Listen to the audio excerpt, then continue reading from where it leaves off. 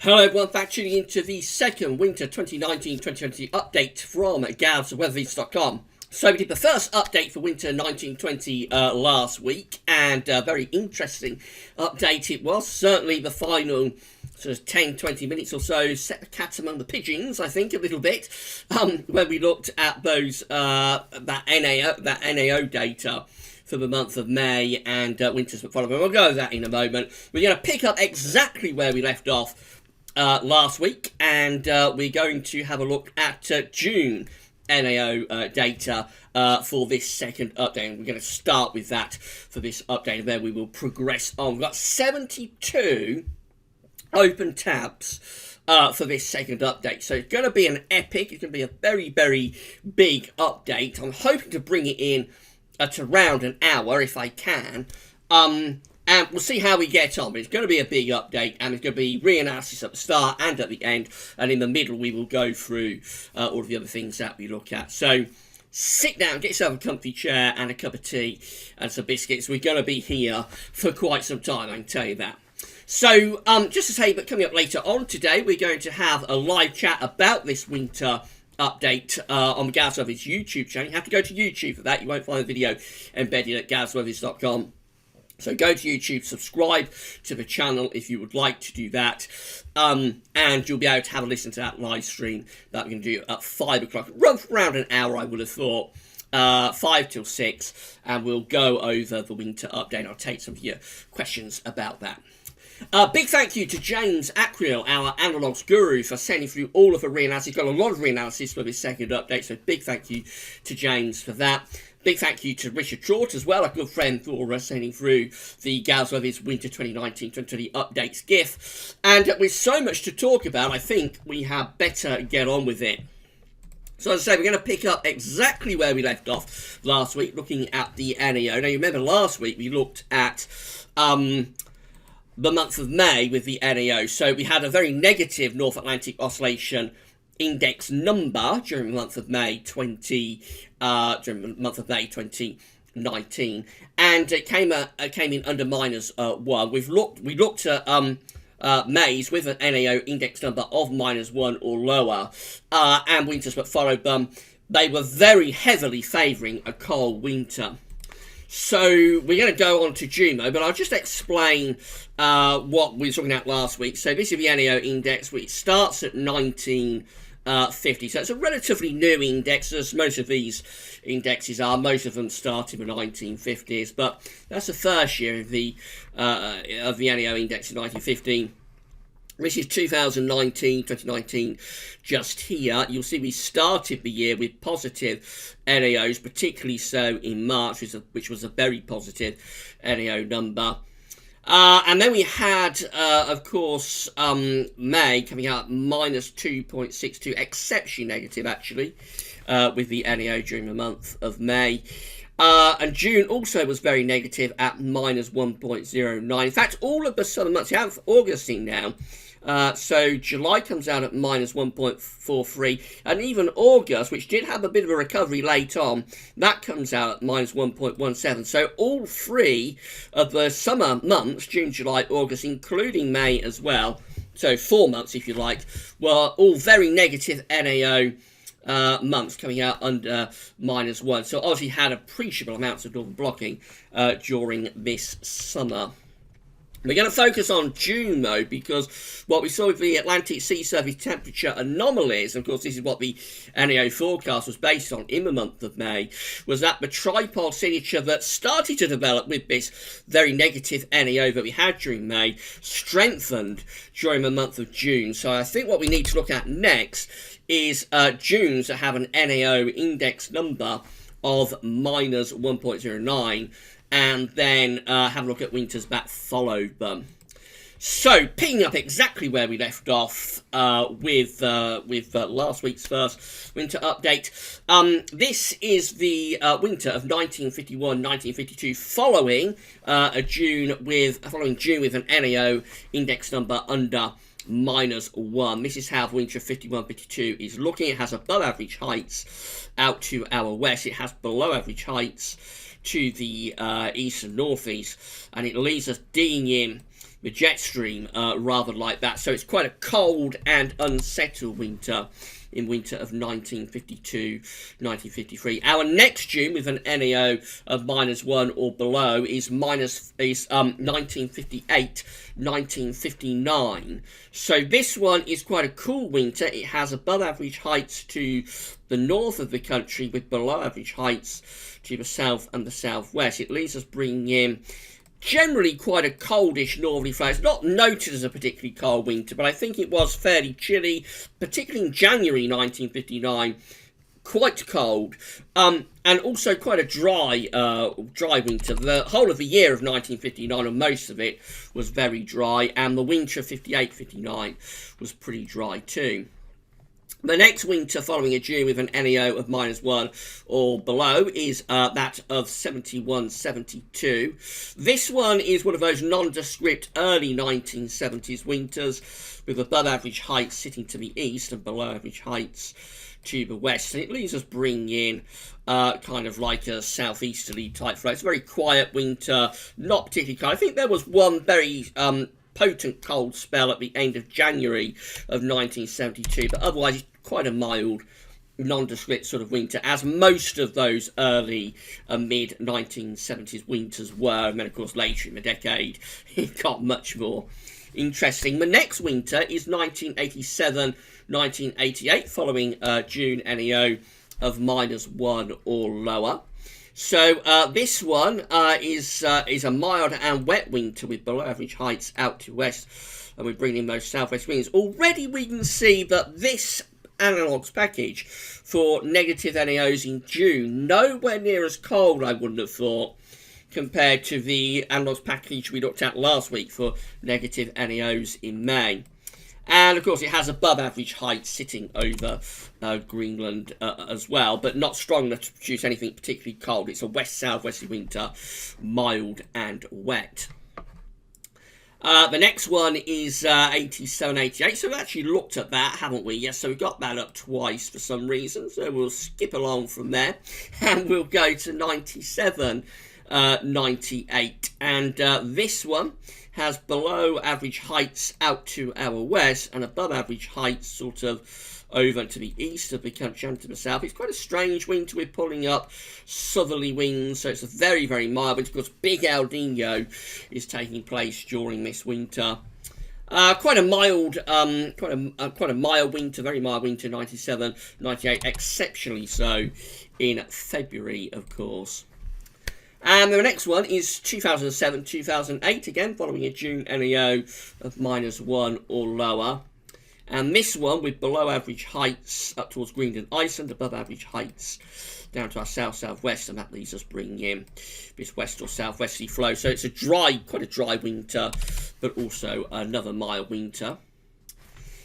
This one's a little bit more interesting. This is 2008-2009, following a June NAO of -1 or lower. This one, of course, the start of that run of cold winters that began with 2008-09 and went through to 2012-2013. Not every winter, of course, within that period was cold, but generally that was the beginning and end of that period of colder winters from 2008-09 to 12-13. This one with above average heights to the north, below average heights to the south. You can see that we're bringing in those winds from an easterly direction. It gets cold as the winter goes on, and particularly so at the end of January and through the first half of February 2009. The next one, of course, strengthens that cold signal. So this is 2009-2010, following a June NAO of -1 or lower. And this one, of course, is a classic cold winter pattern this time. We've got the below average heights over to the south of the country, the jet stream going down there somewhere. We've got the blocking sitting up to the north. Blocking, of course, is the route getting cold air out of the pole and down into mid-latitudes. So it's a very cold winter, 09-10. Coldest winter since 1979 for the UK as a whole, and the coldest winter since 1963 up across Scotland. Then we've got 2011-2012. So this is actually a slightly less cold winter during this period. As I say, not every winter from 08-09 to 12-13. Not every winter was cold. This one was a milder one, with above average heights just out to the west of the country. You see where the cold air was this winter across east and southeast Europe, with the jet stream doing something a bit like that. So we had a trough across the east and southeast Europe, and therefore it's a very, very bitter winter, the southeast of Europe. And then finally, I think, is 2012-2013. And again, following June NAO of -1 or lower. This one, a cold winter, again, gets colder and colder as it goes along. So it has a strong northern blocking signal, centred between Greenland and Scandinavia, with the below average heights over to the east of the country. We tend to bring in the winds from an east or northeasterly direction. So that one, of course, gets very cold, exceptionally cold in March, just outside of the winter period. It gets exceptionally cold in March 2013. But it's been on and off throughout the whole of winter, really. So January had some decent cold snaps and snow, and there's a little bit of cold weather and snow in February 2013 also. So if we bring all of that together, this is how things are shaping up in terms of those winters. So following a June NEO -1 or lower. So we find that with these winters in December, if we combine them all, we have below average heights to the north of the country, above average heights down to southwest, and it leaves us bringing in a mild westerly flow. So it's a mild zonal signal with these with these Decembers, January following Junes with an NAO of -1 or lower. And then we go through to all Januaries combined. Looks more interesting. Trough of below average heights over the UK and Western Europe, blocking up to our north. That leaves us bringing in the wind generally from a northerly direction. Although, of course, you would want to force the trough a bit further southwards to guarantee bringing in colder conditions. So those Januaries can be cold, but sometimes they wouldn't be overly so. And then we've got February. So this is how all of the Februaries combined are looking, with above average heights just out to our west-northwest, below average heights to our south, and we're bringing in easterly winds. So it's a colder signal for the Februaries. And then into the Marches, it gets more interesting. Then we get true northern blocking signal with the Marches. So if anything, it looks like these when the NAO is at -1 or lower during these Junes, it looks as though it's a signal for kind of like a backloaded type winter pattern, one that gets colder as the winter progresses. The Marches tend to have northern blocking around Greenland and Iceland, with low pressure tending to be to the south and bring in the wind from an easterly direction. So the Marches are, for a cold potential, the Marches are definitely the best of the winter months, although it's early spring actually. But the Marches definitely have a stronger northern blocking signal.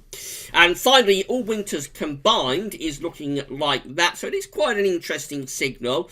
Actually tends to have above average heights to the north, between northern Scandinavia and Greenland. Below average heights tend to be to the south, and that tends to leave us bringing in east or northeasterly winds. So it is a cold signal overall, surprisingly, for these winters following June NAO of -1 or lower. It's not as clear-cut as the May data we looked at last week, however. So not as clear cut, but I think overall it is still a signal for northern blocking. It's still there to some degree, reduced compared to last week's May data. It's not as conducive to northern blocking, but there is still a blocking signal available. Now, if you put the negative NAO Mays with a negative NAO Junes, this is how things go out. And there aren't that many to go at when you do that. We've only got 97, 98, and 2008, 2009, when you combine May and June, coming out with a NAO below -1. This is how the Decembers look, though. So quite an anticyclonic signal for the Decembers, but this anticyclone tends to be to the east over Scandinavia, tends to bring in the wind from a northeasterly direction. So could be quite a coldish signal for December. For January, actually, we have quite a strong northern blocking signal, but out of those two winters, it does suggest that we are on the mild side of a blocking, if you like, which can happen, of course. Just because you have northern blocking doesn't guarantee you're going to get cold from it. Very often you can be on the wrong side or the right side, depending on your point of view, but you can be on the mild side of the blocking. That's what's going on there. We have got northern blocking, quite considerable amounts of it, but you see the cold air will be going down into North America, and we'll be bringing in sort of southwesterly type winds.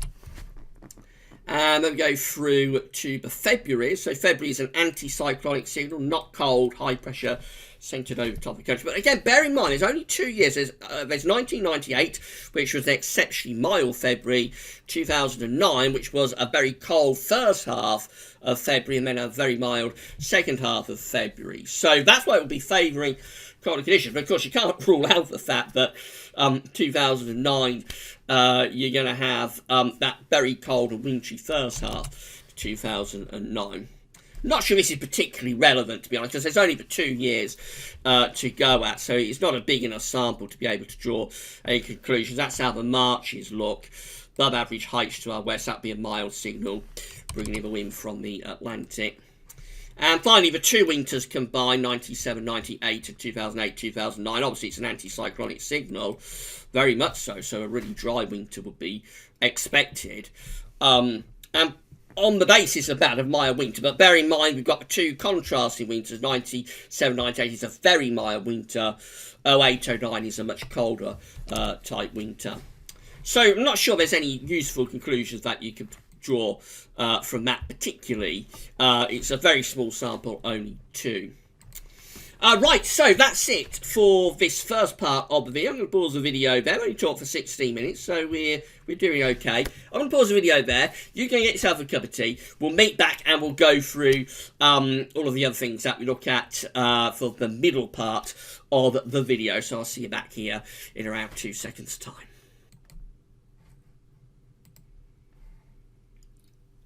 Okay, we're back and we are ready to resume the second winter 2019-2020 update from GWV. So before the break, we was talking about the NAO. Again, last week, of course, we looked at winters following a May NAO index number of -1 or lower. This week, we've looked at winters following a June NAO index number of -1 or lower. So last week's analogues package for those Mays definitely favouring cold winters, and it really got the winter updates off to a very, very dramatic start. I think certainly that's the feedback, but a lot of you were quite shocked about what happened in the first winter update. The second analogues package, looking at the June's, not as conducive to colder conditions, I don't think, but overall still a blocking signal for those winters. And it was quite apparent, but I didn't mention when we was going through them, but just thinking about it in hindsight, what is apparent about those winters following a June NAO index of -1 or lower is that the later winters actually, well, they tend to be the colder ones. So there weren't all that many years anyway. We only start at 1950 with this. But it was very apparent that the earlier winters were not particularly cold winters, but they did get a lot colder as we went to the final sort of 3, 4, I think, winters. And they were more modern winters as well. Encompassing the period from 2008-9 through to 2012-13. Anyway, that's it for the NAO data for the time being, and we're going to move on now and have a look at the rest of the GAVs, whether it's winter forecast methodology. Thought we'd begin this one having a look at Eurasian snow cover and Arctic sea ice. So this is how things were looking last week in terms of Eurasian snow cover and Arctic sea ice. So it wasn't much to be seen really for snow cover, which you wouldn't expect. This is from Friday the 30th of August, so you wouldn't expect to see much snow across Siberia at the end of August. A few little white patches here and there, very little to go on. And in the North Pole, of course, a big melt season this year, so we see that the Arctic sea ice very much reduce at this point last week. Let's have a look at very latest from Natis and Noah. So this is the very latest. Actually, I'll try refreshing, so it hasn't updated for Saturday. So this is the very latest that we've got to Friday the 6th of September. So for Siberian snow cover, again, very little to be seen, which you wouldn't expect. You would expect that. You wouldn't expect to see much in way snow cover in early September. We have increased those white patches a little bit here across the far north and east of Siberia. There's a few more of them compared to last week. But again, this is going to be primarily something that we'll focus on during October. It's how quickly the snow line advances across Siberia and Russia that will be interesting to monitor as we get further on into the middle part of these winter updates. In the Arctic, again, we've lost more ice, which is to be expected. The melt season will continue probably up to around the middle of September. So, again, going back to last week, that's how much ice we had last week. This is how much we've got this week. So you can see it has, that yellow area has receded back a little bit more. The big melt season of 2019 continues. This is how things are looking in terms of Arctic sea ice extent. This is from National Snow and Ice Data Centre. So again, the grey line here is a trend line. Obviously, this is the downwards period of the season. We're going to bottom out somewhere. We bottom out somewhere around here on average at this time of the year, early September, and then as the Arctic winter gets going, the refreeze commences and we rise up. So let's put in 2019. And that's it, that blue line. So you can see that the melt season is continuing. It did tail off a little bit last week. It tailed off. And we thought maybe that was the end of it. But over the past few days, more melting has actually occurred. So that's where we are right now. We're well below average. Average is sort of up here. We've got different averages with different shadings. But essentially, we are well below average. If I put in the death spiral year, so let's get rid of that and put in the death spiral year of 2012. So that is the record minimum of Arctic sea ice when we had a huge melt season. Let's see how we compare it to 2012. So that's it. And although further melting has continued over the past few days, we're still above 2012. I don't think we're going to get a death spiral. We would need to see something very dramatic happening over the next few days. I basically have to do something like that to beat 2012. So I don't think that's going to happen. So therefore, I think 2012 death spiral melt season year is safe. I think that's going to be that's not going to be beaten. But obviously, this is a very, very, very big Arctic sea ice melt season indeed. If we put in more recent years, so that's 2018. So we're underneath 2018. Some of these coloured lines can be a little bit difficult to make out. That's 2017, again under 2017. That one is 2016. So we're actually on a par with 2016, interestingly. For most of the melt season, 2016 wasn't near to 2012, but very late on, it did have a final sort of collapse. And you see how the blue line... let's highlight them. You can see how the blue line and the brown line have kind of converged there. So we're on a par with 2016 at the moment. That one is 2017, that sort of purple coloured lines. No, it's 2015, sorry. Purple coloured line, we're just about underneath that. 2014, if we can add that one in. So, well, 2014 is, we're well under 2014. That's the last time we had a melt season that wasn't all that dramatic. So it was below average, obviously it was below the long-term trend, but it was the last time we had a melt season that wasn't too dramatic.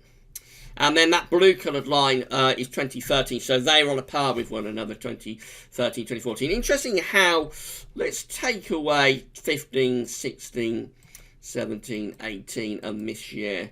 So it's interesting how 2013, 2014, these two lines just here kind of rebounded after the death spiral. And I think quite a lot of people at the time were fairly surprised about that, but we'd had that rebound after the death spiral of 2012. So it just goes to show you what can happen with this. But anyway, let's put back in 2019. So get rid of them and get rid of them. Put 2019 in. That's where we are right now. The melt season, the Arctic melt season continues. We're not going to beat 2012. I'm going to say that now and hope nothing happens to catch you out. But I don't think we're going to beat 2012. But a really, really big melt season indeed. And the reason we look at this is that there is a theory, although there have been recent papers that have kind of disputed this, but there is a theory that if you have a big Arctic melt season, it can feed back later on to northern blocking. Something else that we look at is Atlantic hurricane season activity, because that too can sometimes feed back to an increased chance of northern blocking if you get lots of tropical storms and hurricanes. This is the Wikipedia 2019 Atlantic hurricane season page. So these are the numbers. The scores on the doors so far are shaping up like this. Increase from last week. So now we are standing at 8 total depressions, tropical depressions, 7 tropical storms, 2 hurricanes, and 1 major Category 3 or above hurricane. That, of course, is Category 5 Hurricane Dorian, but has this past few days caused absolute devastation on the Bahamas. Those are still relatively modest numbers, so it's been a quiet start to the 2019 Atlantic hurricane season.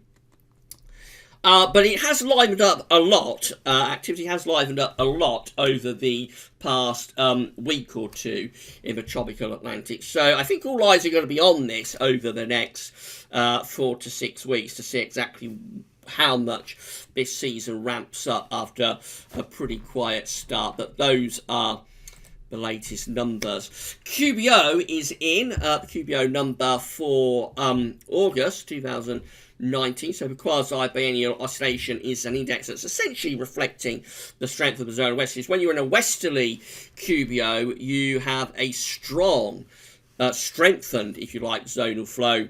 When you're in an easterly QBO, you weaken the zonal flow. This is from NOAA. It's depicting all months and years QBO numbers. So the negative numbers that we have here, for example, in 1966, those are easterly QBO months. The positive numbers beginning there in the middle of 1966 and strengthening through into 1967. Those are westerly QBO months. So positive is westerly, negative is easterly.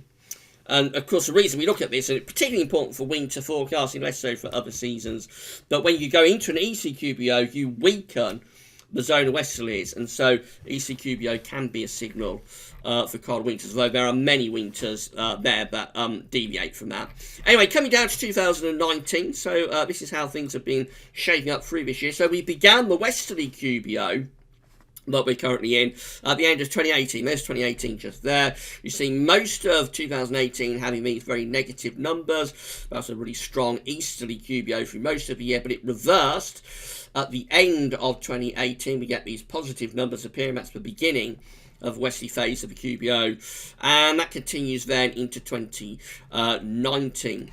So the latest number is positive. It's that one just there for August 2019, coming out at 9.97. So we are still well and truly and firmly in the westerly phase of the QBO. But notice how those positive numbers are reducing. So at the start of the year, it was actually at +9. In January and February, plus 9.02 and plus 9.25. Then it strengthens through March, April, May, and then in June, we basically level off. So actually, it looks like this westerly QBO probably peaked in May at plus 14.59. Very similar number, but slightly lower for June at plus 14.36. Then July sees quite a step down actually to plus 10.96, and that leads us to August, which has taken a further step down to plus 9.07. 0.97. So it does look as though this westerly QBO probably peaked relatively early in the westerly phase of the QBO. And it's probably a relatively modest peak as well, because there are years that have a stronger peak than that. So it looks like we're reducing the strength of this westerly QBO. We can't yet say that we're heading towards an EC QBO. That may not happen until the very end of the year, or possibly even the start of 2020. But I do think, looking at the numbers, the way they are lowering from the peak that happened relatively early on in the westerly QBO phase in May, I do think it looks like we are heading towards a winter that will be transitioning from a westerly to an easterly QBO. And of course, that's something we're going to have to look at in the winter updates. We'll do it through reanalysis. What does that mean on average when you are transitioning from a westerly to an easterly QBO? I would expect this month's number for September, which will be placed there, to be lower. Might be on a par, but I suspect it will be a little bit lower than August. And then we'll see further reductions through October, November. It may be December that we get our first negative number appearing going into that EC QBO. We shall see, but it looks like this westerly QBO peaked relatively early and did so quite weakly. Solar activity next. So this is how things are looking on the solar disk on our side of this today from solarham.net. We have a spotless solar disk. There's no sunspots at all. Therefore, solar activity is at very low levels, and we're expecting it to remain at very low levels for the next, definitely for the next 3 days. This is regards where this winter update solar activity tracker for the second winter update sent through by our good friend James Acrill. So again, the orange line here is depicting each individual day's worth of sunspots. You can see how we had many days, although it was at a very low level, but earlier in the year, back in towards the spring and back to last winter, we had many days that had sunspots. The days that had sunspots were clearly outnumbering the days that didn't. Something changed during May around there. There was a step down in sunspots, in days that had sunspots. And so now we are still getting the odd day that has sunspots, but they are being vastly outnumbered by the days that don't have sunspots, if you see what I mean. So obviously it looks like it was in May that we descended into solar minimum. Now we have had actually a day with a sunspot in the past week, but again, you can see now we are kind of spotless. And the red line and the green line, which are the trend lines, they are on the floor of the chart. They're sort of flatlining away on the floor of the chart. So we're in solar minimum. We can see that quite clearly. And it looks like we're into true solar minimum for solar cycle number 24 back in May. Big thank you to James sending that through, and of course we'll keep a close eye on it over the next few weeks and months as we do winter updates. This is from weatheriscool.com. It's depicting the strength of the zonal winds in the stratosphere over the North Pole. Loads of coloured lines to talk about. I haven't got time to go through them all. If you want to know what every single line there is showing, go back to the first winter update. Don't have time to go through all of them through this one. But the most important line is the black line just there, which is the trend line. So that shows that the zonal winds are strengthening, powering up this time of the year. The blue line is where we have been, although it's saying 2018, 2019 reanalysis, that should actually say 2019, 2020. I'm not sure why we've not updated that yet. Whether it's cool. But anyway, that's the season so far. You see that we have been trending under the black line throughout this season so far. And although, yes, the zonal winds are strengthening, definitely, as you would expect over the North Pole and the stratosphere at this time of year, strengthening of zonal winds. Although that is happening, it's at a reduced level compared to average. The green lines are the GFS ensembles. They're forecasting that for the next couple of weeks, zonal winds are likely to stay in a weaker state. And then the 3 pink and 1 blue line that we have just here, they're from the CFS. So that gets us to the end of December now. That's kind of like New Year's Eve just there. This is what the CFS runs are forecasting terms of the strength of the zone of wind. So it looks like through the next few months, certainly through October, we're likely to keep a weakened zone of wind. Yes, they will be powering up, they will be getting stronger, but it looks like the trend very much for October is for the zone of winds to be weaker than average in the stratosphere, 10 HPA over North Pole. In November, again, generally trending a little bit above, a little bit below average, I should say. And then we go through to December, it looks quite interesting. That's December just there, and it's as far as we can go. But you'll see we've got kind of like a split here. Two members of the CFS are powering up to average or a little bit above for the zone of winds during December, but two look like they're forecasting a sudden stratospheric warming. Because remember, when you get a sudden stratospheric warming, you get a reversal of the zone of winds, and that's when you go down to this zero line just here. So we have two, I think we have two members of the CFS, of the four CFS runs, but are indicating a sudden stratospheric warming and a reversal of the zone of winds during December, and two that are going in the other direction and sort of powering things up. So the CFS is a little bit split on where the zone of winds are going as we get through into December. But certainly for the next month or two, there's no sign of a particularly strong zone of wind.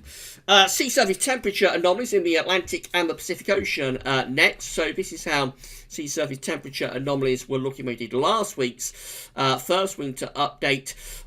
Three areas of interest. Got the ENSO region just there, got the Northern Pacific over there, and the North Atlantic is just there. That's how things were looking last week. This is how things are looking this week, the very latest. So in terms of ENSO, I think we're seeing a slight weakening of the ENSO signal in the eastern part of the La Nina signal, I should say, these cold and average sea surface temperature numbers just here. I think we're seeing a slight weakening of that weak La Nina signal in the eastern part of the equatorial Pacific Ocean. So we do still have some blue colours there. That's cold and average sea surface temperature anomalies, of course, but they're a little bit reduced, I think, compared to last week. Again, that situation last week, that situation this week.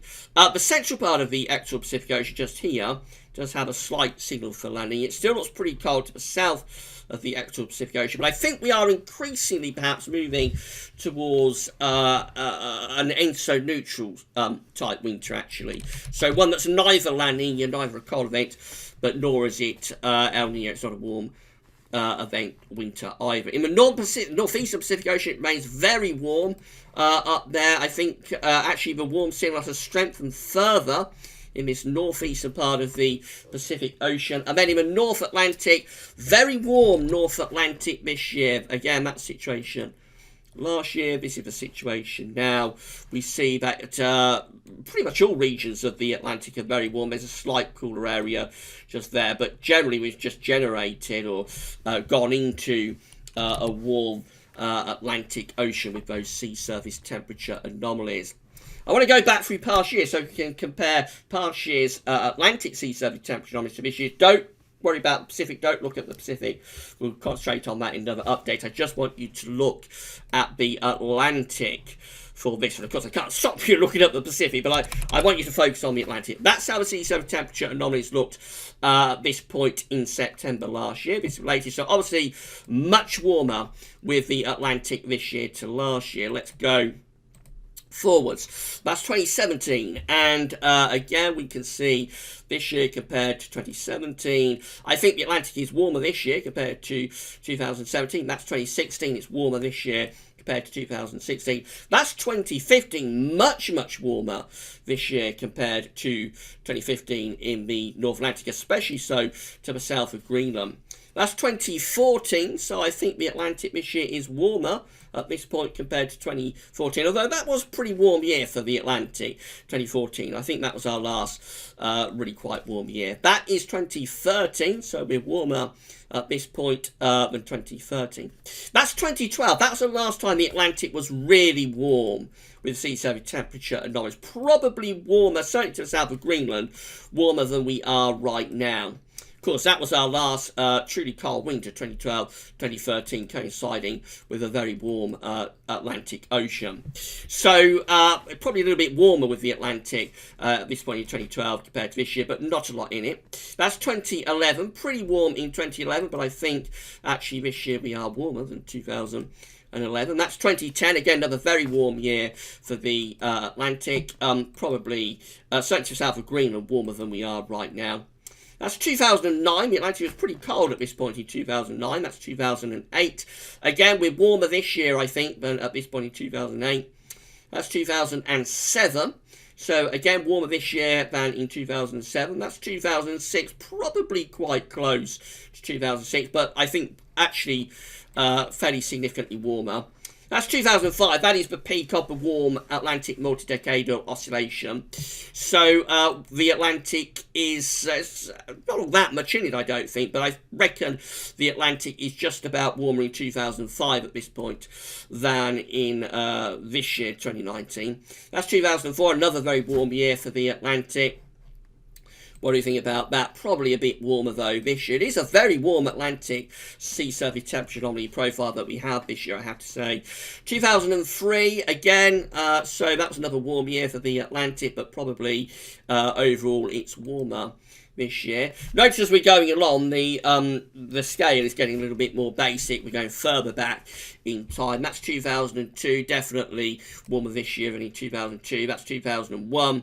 Warmer this year than 2001. There's the Atlantic now in 2000, and again we are warmer this year, significantly so, but in 2000. That's 1999. Again, there's no comparison really to how warm we are with the Atlantic this year compared to this point in 1999. That's 1998. Again, warmer than 98 this year. That's 1997. Notice the El Nino. I told you not to look at the Pacific, but notice the El Nino, Super Nino in 97, 98. The Atlantic, though, is warmer this year than in 1997, and that's 1996. Again, warmer with the Atlantic this year than then. I'll be going further back than that, only on a monthly basis. This is 1995, September 1995, before the cold winter of 95, 96. So let's get rid of that. And so that's the Atlantic this year. That's September 1995. Actually, significantly warmer with the Atlantic compared to this point in 1995. Let's run through. That's 94. Obviously, going back now into the cold AMO era, cold Atlantic multi-decadal oscillation. So we are much, much warmer with the Atlantic now compared to this point in 94. I shouldn't really be including 93, 92 and 91 because all of those years are vastly affected by the volcano. I think it's Pinatubo, so shouldn't really have showed you those. But very cold with sea surface temperature anomalies at that point. That's September 1990. So September 1990, again, we see that we are much warmer with the Atlantic sea surface temperature anomalies this year compared to September 1990, particularly to south of Greenland. That's 1989, much warmer than that. 1988, much warmer than that. Remember, this is all cold AMO period. The cold AMO went from the mid-1960s to the mid-1990s. That's 1987, 1986, 1985, 1984. Much warmer with 1984. And we can't show you 1983 for September. We can show you 1982. And again, much, much warmer this year compared to 1982. So we have got a very, very warm Atlantic this year. That goes without saying. The Atlantic is in a really warm state this year. And what impact that has on winter of 2019-20 will be interesting to see. I think it's the warmest the Atlantic has been at this point in the year since 2012. That was our last cold winter, quite interestingly. Right, 43 minutes. We've got some analogues to show you in a moment, and that will round off this second winter 2019-2020 update. I'm going to pause the video there, get a drink of water. You're going to get yourself another cup of tea. Not sure about any more biscuits, but get yourself another cup of tea, and we'll meet back in, again, around 2 seconds' time. So I'll see you very, very soon.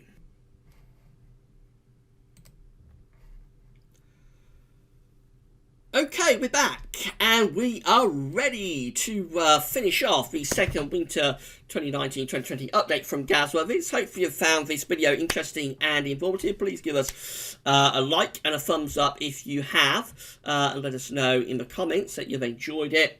So the final part of this second winter update is going to be focusing on reanalysis, and this time we're going to look at the August Central England temperature.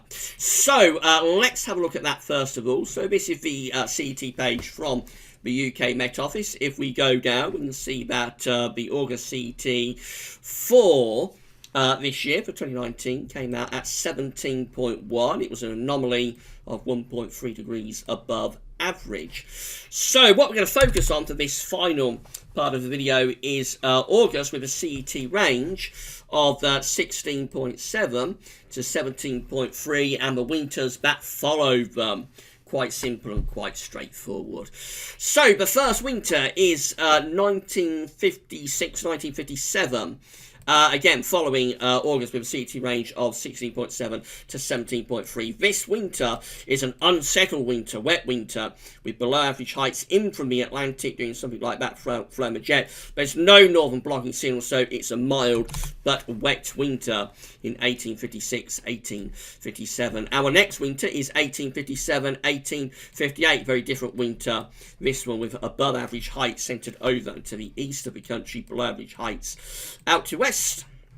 And that leads us to bring in a southeasterly wind. So it's a dry and mild winter, 1857, 1858. The next winter is 1868, 1869. This is the mildest, warmest winter on record, certainly for the CET. It has high pressure to our southeast, low pressure to the north and northwest, and it brings up those long fetched southwestern winds. It's a wet winter, but it is exceptionally mild. It's the warmest winter on CET record, and despite all of the warm winters that we've had over the past 30 years, they haven't beaten, certainly for the CET, 1868, 1869.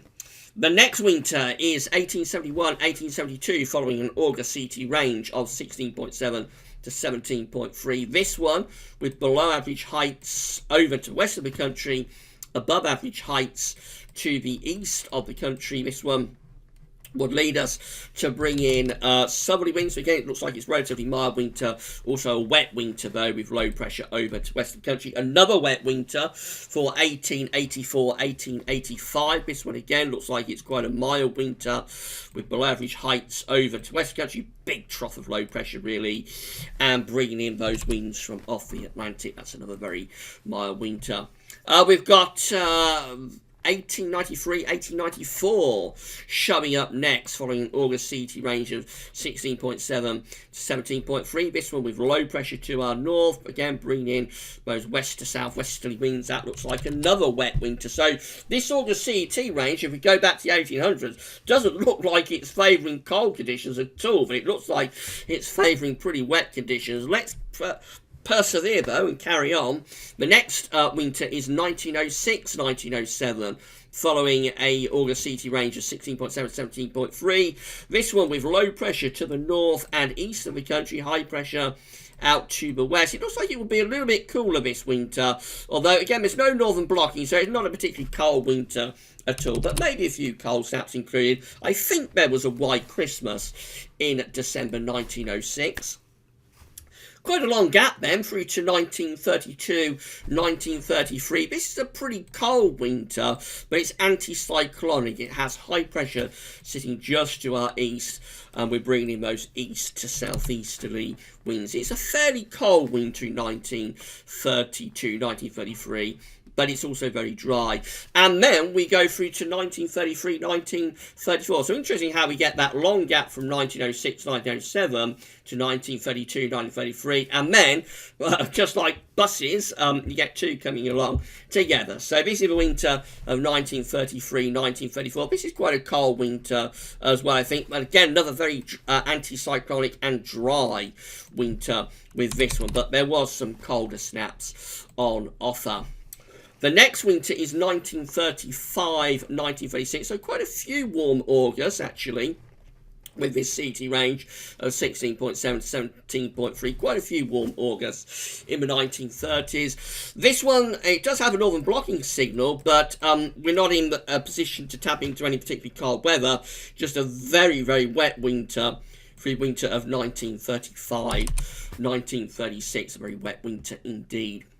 Next winter is 1937-1938. This looks like it should be a colder winter, with above average heights to the north, northeast, below average heights to the south. I don't think there was any particularly cold weather through this winter. I'm sure someone will let me know in the comments if I'm wrong on that. I don't think 1937-1938 had any particularly cold conditions. It looks like it should have done. Perhaps it's one of those winters. Had one of them in 2005-06. One of those winters that just doesn't quite come together, despite the fact that it looks like it should be a cold winter. Something didn't quite work out with it. But again, I would have supposed there would be some cold snaps mixed in due to the higher than average heights to the north. Next winter, following an August CT range of 16.7 to 17.3, is 1942, 1943. I've got that wrong up in the browser. I've got 41, 42. It's actually, let's change it over, 42, 43. So that makes quite an important difference, because 41, 42 was a cold winter, but 42, 43 was actually a mild winter with above average heights to the south and below average heights to the north. And that leads us to bring in southwesterly winds. The next winter is 1944, 1945. Few cold snaps with this one. It's not a particularly cold winter, but few cold snaps were on offer as we come to the end of the Second World War. Generally, though, it's not remembered particularly either way for being cold or mild. 4950 is the next winter, following an August CT range of 16.7, 17.3. That one with low pressure to the northwest, bringing westerly winds, so that's a mild and pretty wet winter. 1959-1960 is a very wet winter indeed, with low pressure going to south. Again, it does have northern blocking, but we're not in a position to tap into much of our cold weather from that. The cold with that is really being pushed down into North America, where with these west-southwesterlies and the low pressure coming in off the Atlantic, so that's a mild winter to start the 1960s. They did get colder as the decade went along, of course. Then we've got 1976, 1977 turning up next. This one has northern blocking. It has high pressure up towards Greenland, low pressure underneath it. The thing about this one is that it's a front-loaded winter, so it has a lot of cold weather in December of 1976, and January 1977 was pretty cold at times as well, but February turned very mild in 1977. 83-84 is our next winter. This one is a very unsettled winter, with low pressure in from the North Atlantic into UK, high pressure out in the Atlantic, and we're pulling northwesterly winds. This is an unusual winter, 83-84, because it does have very pronounced cold zonality. So a zonal flow is when you're in a westerly flow. Despite the fact it is a very westerly winter, it gets really cold with those westerlies, 4 westerlies, in January and into February, with quite a lot of snow across the northern parts of the country. Now we start getting a little bit more interesting. This is 84-85. This was a very cold winter, following an August CET range of 16.7, 17.3. Has high pressure to our northeast, and it brings in those easterly winds. That's a solar minimum winter as well, or around solar minimum, 84-85. Back to mild with 1989-1990. High pressure to our south, low pressure is out to the northwest. There's those west to southwesterly winds coming in, so that's a very mild, wet winter in 1989-1990. The very dull and nondescript winter of 91-92 is next. That one with high pressure over the top of the country. Just a very quiet winter there. 2000-2001 is a colder winter. It's not remembered as a particularly cold winter, but it was fairly cold for the era. So you've got to remember that in the 1990s, early 2000s, nearly all of the winters were mild or very mild. So this one, it's a relatively cold winter for the era, but it wouldn't be remembered. It's not remembered as a particularly cold winter, if you like. But it has blocking around Greenland to the north. It has low pressure to the south. We can be bringing in easterly winds. It's particularly cold later at the end of January into February across Scotland. Very cold and snowy there.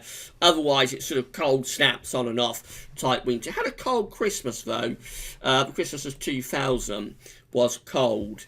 Then we have 2001, 2002 with high pressure to our south. So this one, again, it's a rather chilly December. Then it gets very mild, wet and windy in January and February of 2002.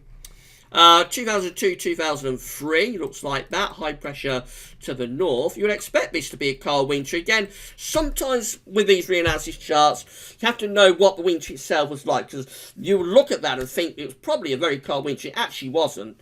2002, 2003 was generally a mild winter, but it did have a few cold snaps. So despite the blocking that is there to the north of the UK, it didn't come together, and it wasn't a particularly cold winter. 2004, 2005 next, with above average heights in the Atlantic. That leads us to be bringing in sort of a westerly type flow. That one gets cold in February of 2005, otherwise generally quite a mild winter. Then we've got 0910 again, so that's appeared in both analogues packages for this video, the ones we started off with and the ones we're finishing with. 2009-10, as we explained, was a very cold winter with high pressure blocking over Greenland. That always makes a difference, really, getting that high pressure in over Greenland, getting the low pressure with the jet stream to the south of the country. So that's a very cold and wintry winter, 2009-2010. And then another one, we've got 2012-13 again. We saw that in the first analogues package we started this winter update with. We are seeing it again at the end of this analogues package. This one with a strong block to the north, low pressure to the south. And it just gets colder and colder, culminating in that extremely cold, March of 2013. 2013-14 is that atrociously wet, mild deluge winter, bringing in the westerlies, nothing to stop them. Very, very mild but very wet winter, 12-13. 2016-17 is a dry, anticyclonic, very nondescript type winter. Just high pressure sitting around the country, not really doing a great deal. And then finally, we've got last winter showing up, actually, following an August CT range of 16.7 to 17.3.